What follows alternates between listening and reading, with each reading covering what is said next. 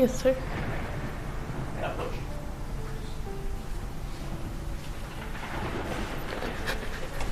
And the one injured step.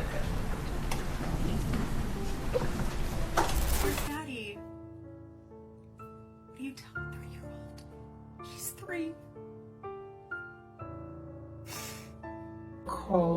:04 to 24:48 and move the admission. All right, any injection? No objection. All right.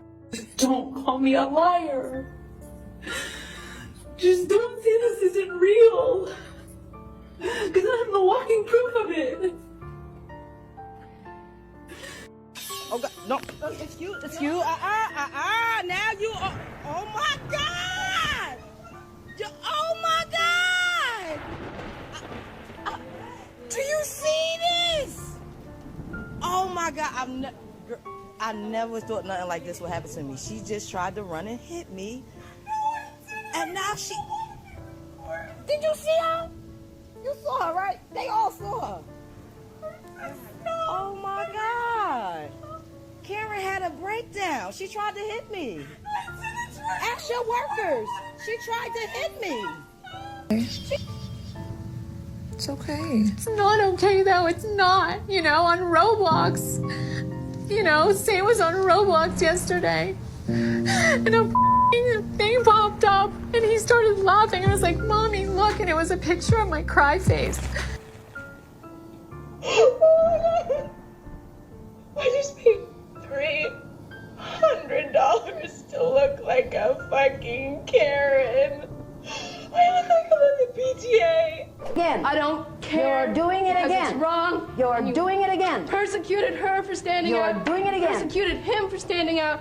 The only change that ever happens is when people stand out, and I have sat back too long. Martin Luther King Jr. was shot. Are you in any physical danger here? Are you in any physical danger here? Is that girl in any physical danger here? Emmett Till was hanged by his neck after he was beaten almost to death, simply because he made a statement to a white woman. Let me ask you a question. Why is it that when a white woman cries, the world stops? Think about it for a second. The tears don't even have to be real. They don't even have to make sense. But once they fall, it's a wrap. It's over. Suddenly, she's the victim. The world stops. And whoever she's pointing at, their life is about to get harder, dangerous, and sometimes destroyed. Now, compare that to when anyone else in the world cries. A black woman cries. Do you hear anything? No. When a Latino woman cries? Nah. When an Asian woman cries? Nah. People don't pause. They don't rush to protect. If anything, they roll their eyes, especially with black women. They'll call them dramatic, or even worse, ignore them completely. This double standard existed throughout time, throughout centuries, and it's not just about feeling, it's about power. Because when white women cry, those tears don't just fall. They trigger police sirens, court cases, news headlines, and sometimes even death. And history proves it. From the lynchings of Emmett Till to courtrooms where tears outweigh facts, white women's tears have been weaponized. So let's talk about it. Because this isn't just about emotions. This is about life, death, and a system that keep rewarding these tears over truth. This is where it gets really messed up. You're not just saying that? I never just say anything. White women have been sold as America's damsel in distress. Uh-oh, what's that? Yikes! A ghost! That sounds like Daphne. It is Daphne.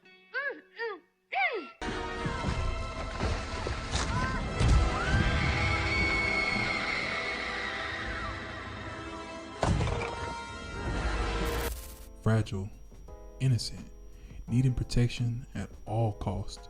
But protection from who? Most of these so-called threats, some of y'all may know by now, are from black men. This image wasn't random. It wasn't something they just pulled from the sky. It was created during slavery and Reconstruction. It was a political tool. White men used it to justify violence, to pass laws, to keep black people in their place. And here's the dark truth. White women's tears didn't just protect them. They became the spark for countless lynchings. I had a woman dying from COVID confess something really heart-wrenching to me. She told me that when she was a teenager, she told her mother that one of the local black boys had touched her behind the grocery store. And in 1936 Louisiana, this was a very big deal. Not only was this boy lynched, but he was beaten, and his genitals were cut off. And then the family home was burned to the ground. And she watched it all happen. You want to know why? Because she saw that his sisters had prettier dresses than she did, and she just didn't like it. So she lied. And then it clicked. This same woman had been hallucinating for the past couple of days, saying that there was a black boy in her room watching her, would not stop staring at her, and she was scared shitless. She asked if she could be forgiven. I told her the only person who could forgive her was the boy she killed. Not sorry. You raggedy motherfucker, For many deaths throughout history, if she cried, he died. That's the motto I think they were saying, I don't know. But just as simple as that, that was for real. By now, you should know Emmett Till. If you don't, read about him. But I'll give you a brief summary. Emmett Till, 14-year-old kid, visiting his family in Mississippi in 1955 when Carolyn Bryant claimed he whistled at her. That one claim, just words, not actions, led him to being kidnapped, beaten, and murdered. And decades later, on her deathbed, she reportedly admitted she lied, which I always had suspicion that she did, but a lie that cost a child his life, a lie protected from her tears, because you know there was tears there. That's the power of weaponized tears. Well, a grand jury in Mississippi today declined to indict the white woman whose accusations set off the lynching of Emmett Till nearly 70 years ago. Carolyn Bryant Dunham, now 88, initially claimed that Till made unwanted advances towards her at her family's grocery store. It led to the brutal torture and lynching of the 14-year-old. The prosecutor said the grand jury found insufficient evidence to charge Dunham. They just don't move people emotionally, they move them physically. They move systems, they move laws, they move police, courts, and even mobs. Let's be real, tears in court are currency. They love a good crying session. When a white woman cries on the stand, the jury sees her as more than human, more believable. A tear don't even have to fall, she just gotta make some noise like she's crying. I mean, you remember Amber Geiger, the Dallas officer who shot Bothman Jean in his own apartment, 10 years in prison, probably was a breeze for her. That's it. Okay, Amber? Yes. You've told us about how you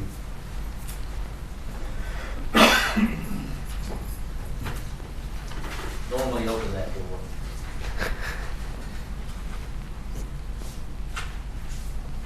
But it didn't happen that way, did it? That day. Mm-hmm. Okay. I'm going to I want to go through a few things that happened at that door and in that room with you now, okay?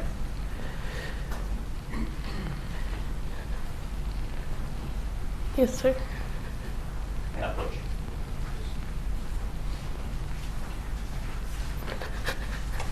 And I'm going to need you to step back.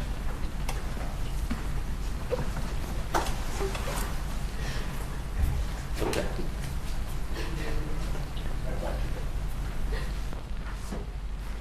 Stand right here. Okay. First of all, when you were walking down that hall, I want you to show the jury how you carry this equipment, okay?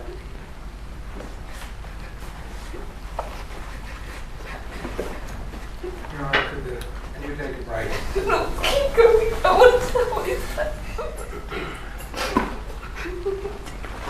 Johnson, please retire. All right.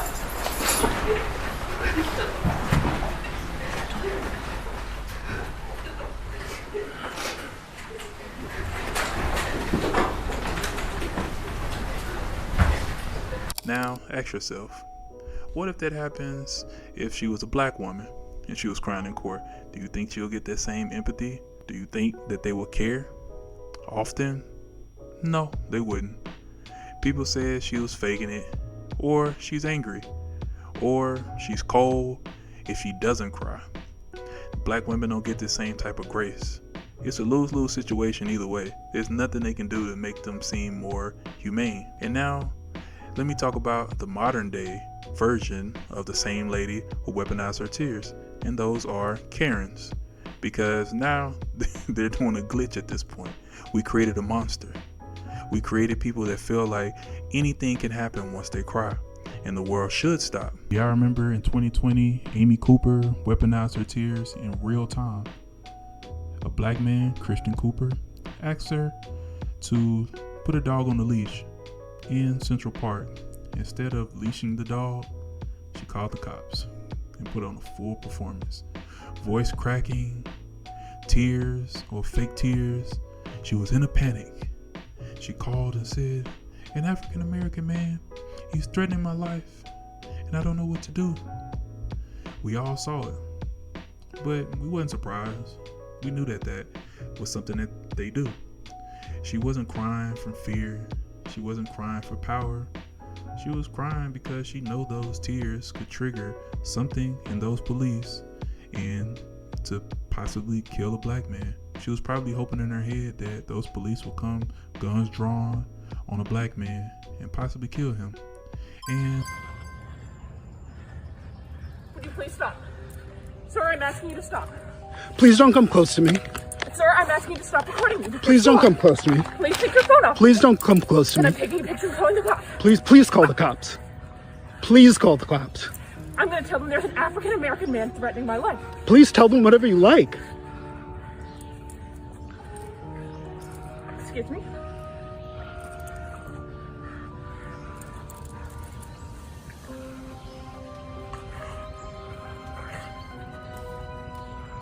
I'm sorry, I'm in a ramble, and there is a man, African American, who has a bicycle helmet. He is recording me and threatening me and my dog. There is an African American man, I am in Central Park. He is recording me and threatening myself and my dog. And my...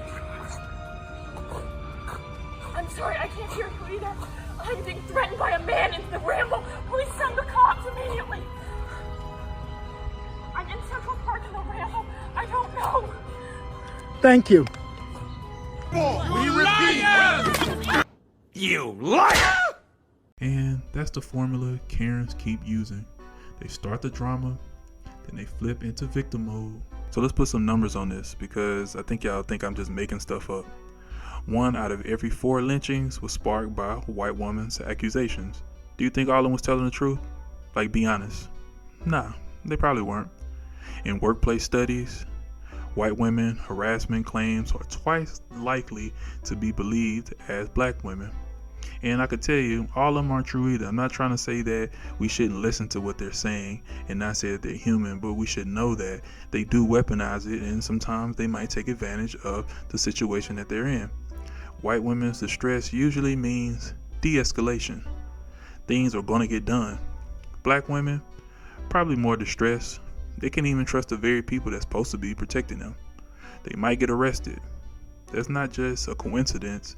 That's a system that's broken, or maybe it's a system that's working and that's how it's designed. But don't claim that it's a system that's supposed to help them while it doesn't. Even feminism fell into this trap. Black feminists, like, they're the ones who started everything.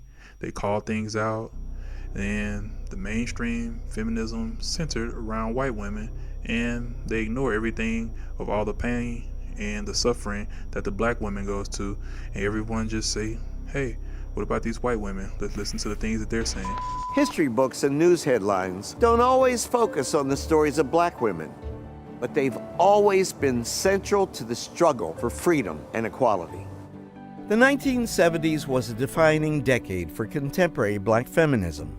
African American women across a diversity of fields stepped forward to demand that attention be paid to the double burden of being black and female, a complex identity often overlooked. Black women cannot join the feminist movement alongside white women. I say that, this is my opinion, for a couple of reasons. One, white women are not black women's allies. They're not. Two, white women are still very harmful to black women, black children, and black men.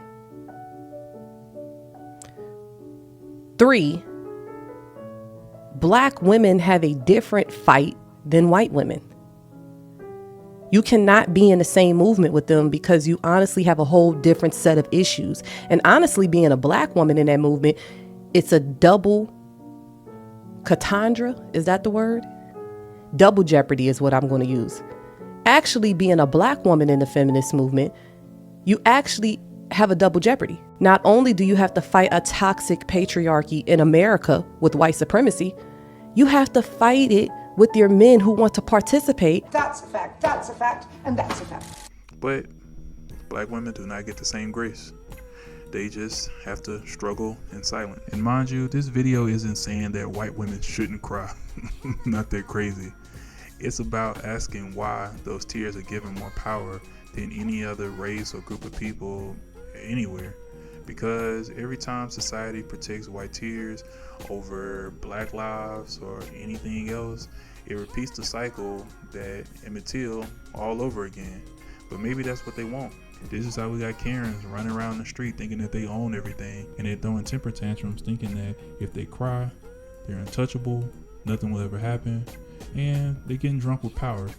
Did you see this video where a black writer for the show The Bear had the cops called on him because this white woman didn't like the way he was sitting? Listen to this. Arrest the one black dude on the train because this white woman said she didn't like the way I was sitting on the train. So you call the police. You call the police to arrest the one black dude on the train. I haven't done anything illegal. I haven't done anything illegal. I haven't done anything illegal. I am sitting on a train, and one white woman didn't like my presence. Resisting what? Resisting what? What are you trying to arrest me for? I was sitting on a train. I was sitting on a train, and you're trying to arrest me for what? And I not even know what you're trying to arrest me for. Because a white woman, this white woman, resisting what? They're destroying lives. Destroying a lot of different things. This is why to this day, in a scenario that if I was somewhere in a public place and let's say it was a white woman on a elevator and it was just me and her, I'll take the next elevator. I don't want to be on the elevator with them because these white tears will not be weaponized towards me.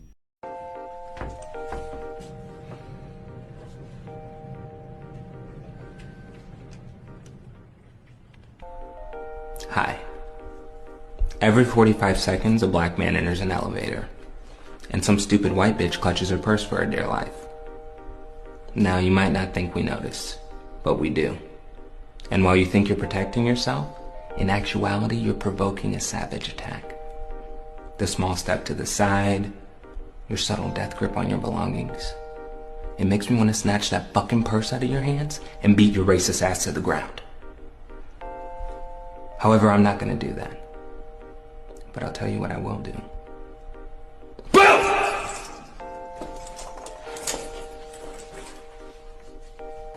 Dumb bitch. That's another reason why I never even pursued a white woman. I mean, due to attraction, because that's not my cup of tea, but everyone has their preference. But the reason being is because of these weaponized tears. I can see it now. I'm just going on the road trip, the wife and kids. I don't stop at the nearest truck stop or whatever for her snacks. She ended up getting mad at me and she's crying in the passenger seat. And as we're driving down a dark road in Louisiana, so she gets angry at me. And when she gets angry at me, she starts crying. And she's crying, and then I don't have tint on my windows because I forgot to get tint on my windows. So the police can see inside my car. And I see the blue and red lights from my rearview mirror, and then they pull me over. And then instead of asking me, the driver, they're going to ask her, "Ma'am, is everything okay?" Mind you, I'm the one driving, but they're going to ask her, "Is everything okay?" And then I'm going to be like, "Hey, why are you talking to her? I'm the one driving." He be like, sir, don't be hostile towards me. I'm like, no, I'm not being hostile towards you. I'm just asking because I'm the one who's driving. Why are you asking her? And he'd be like, sir, do we need to detain you? And she's still crying. She don't speak up for me. She don't say anything. Matter of fact, she actually been mad at me for a while, and she really don't like me. And she turns her cries into a weapon and say, officer, I really didn't like him, and I really don't want to be with him, and I hate him. And then they end up killing me.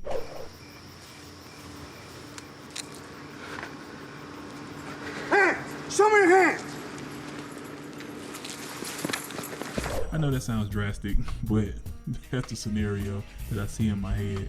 And I'm like, nah, I can't get down with that. So that always scares me. But basically, that was my video about weaponizing white woman tears. And do y'all really think it's a thing, or just something that I made up? Because personally, I just see this trend since I was a kid, and I always see it's just something that always been, you know, just weird to me and something I just observed. And this is how I believe that we have these Karens out here thinking that they just own the world and everyone should just stop because they have a little tear, but they're actually terrible people and aggressors. And mind you, disclaimer, once again, I'm not saying white women cannot cry and they don't have feelings and all this other stuff, but let's not act like a lot of this stuff not weaponized and they try to galvanize people and use their tears as a weapon. So that was my video once again. Remember, this is from Just Say Anything. Don't forget to like, share, subscribe, all that good stuff. Let me know what y'all think in the comments. Thank you if you watched the video this far. Remember, once again, this is from Just Say Anything, where we say what they want. I had to repeat it twice just to make sure that y'all know what's going on. See y'all in the next video. Once again, thank you again. Peace. Hold it down. Just say anything. Like, share, and subscribe. You're not just saying that? I never just say anything.